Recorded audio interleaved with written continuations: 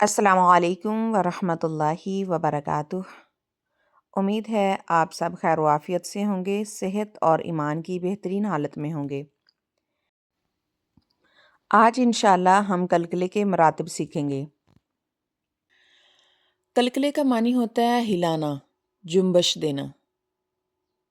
حروف کلکلہ 5 ہیں: قاف، طا، با، جیم اور دال۔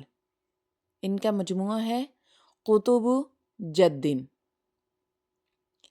ان میں سے جب کوئی بھی حرف ساکن ہوتا ہے تو اس کی آواز پلٹ کر واپس آتی ہے، یعنی اس پر کلکلہ کیا جاتا ہے۔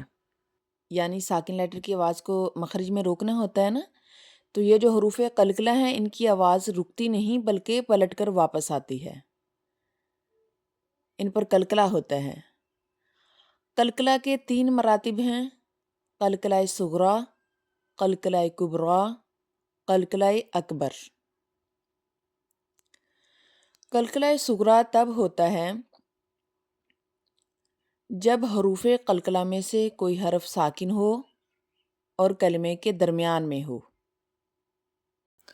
کلکلہ صغریٰ کی چند مثالیں دیکھ لیتے ہیں، جیسے ابراہیم۔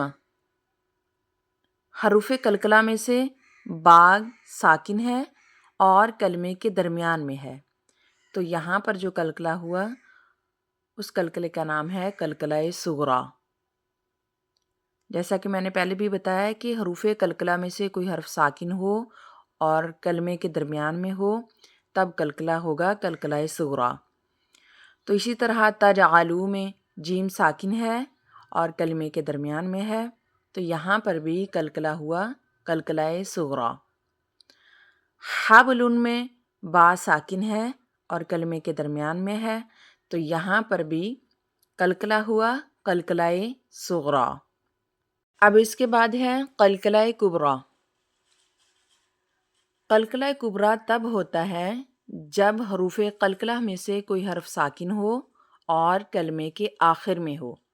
کلکلہ صغریٰ میں ہم نے کیا جانا کہ کوئی حروف کلکلہ میں سے کوئی حرف ساکن ہو اور کلمے کے درمیان میں ہو، لیکن کلکلہ کبریٰ میں جب حروف کلکلہ میں سے کوئی حرف ساکن ہو اور کلمے کے آخر میں ہو۔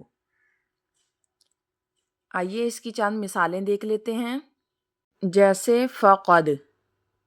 اس میں حروف کلکلہ میں سے دال ساکن ہے اور کلمے کے آخر میں ہے، تو یہاں پر کلکلہ ہوگا کلکلہ کبریٰ۔ اسی طرح احد، یہاں پر بھی حروف کلکلہ میں سے دال ساکن ہے اور کلمے کے آخر میں ہے، تو کلکلہ ہوا کلکلہ کبریٰ۔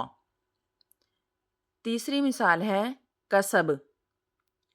حروف کلکلہ میں سے با ساکن ہے اور کلمے کے آخر میں ہے، تو یہاں پر بھی کلکلہ ہوا کلکلہ کبریٰ۔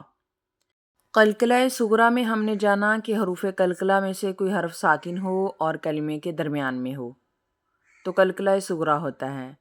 کلکلہ کبریٰ میں ہم نے جانا کہ حروف کلکلہ میں سے کوئی حرف ساکن ہو اور کلمے کے آخر میں ہو، جیسے فقد۔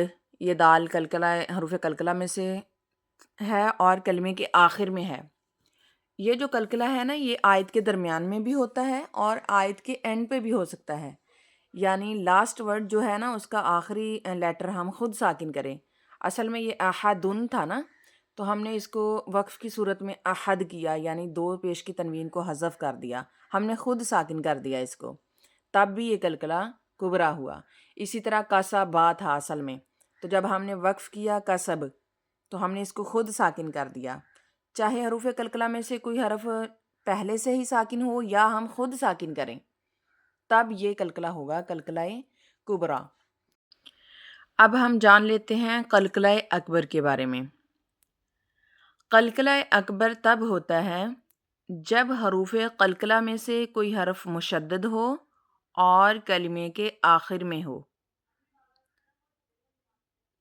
جب حروف کلکلہ میں سے کوئی حرف مشدد ہو اور کلمے کے آخر میں ہو۔ یاد رکھیے یہ کلکلہ صرف وقف کی صورت میں ہونا ہے، اگر آپ وقف کرتے ہیں تب یہ کلکلہ ہوگا، ویسے تشدید والا کوئی حرف ہو حروف کلکلہ میں سے، اس پہ کلکلہ نہیں ہوتا یہ۔ وقف کرنے کی صورت میں اگر آپ وقف کرتی ہیں، ٹھہرتی ہیں، تب یہ کلکلہ ہونا ہے۔ آئیے کلکلہ اکبر کی چند مثالیں دیکھ لیتے ہیں۔ یہ آپ کے سامنے لکھا ہوا ہے بالحق، جیسے ہم پڑھتے ہیں نا وَتَوَاصَوْا بِالْحَقِّ وَتَوَاصَوْا بِالصَّبْرِ، تو اگر ہم نے بالحق پہ وقف کرنا ہے تو یہاں پر حروف قلقلہ میں سے قاف مشدد ہے اور کلمے کے آخر میں ہے، تو وقف کی صورت میں، وقف کرنے کی، ٹھہرنے کی صورت میں یہاں پر جو قلقلہ ہوگا وہ قلقلہ ہوگا قلقلہ اکبر۔ وَتَوَاصَوْا بِالْحَقِّ، اسی طرح سورہ لہب کا ورڈ میں نے یہاں پہ لکھا ہے وَتَبَّ، جیسے ہم پڑھتے ہیں نا ابی لہب وَتَبَّ، تو ہم نے یہاں پر سٹاپ کیا، با حروف قلقلہ میں سے ہے اور کلمے کے آخر میں ہے اور مشدد حالت میں ہے، تو یہاں پر بھی قلقلہ ہوا قلقلہ اکبر۔ آئیے اب ہم سورہ لہب میں اس کی تھوڑی سی پریکٹس کرتے ہیں تاکہ آپ لوگوں کو اور اچھے سے سمجھ آ سکے۔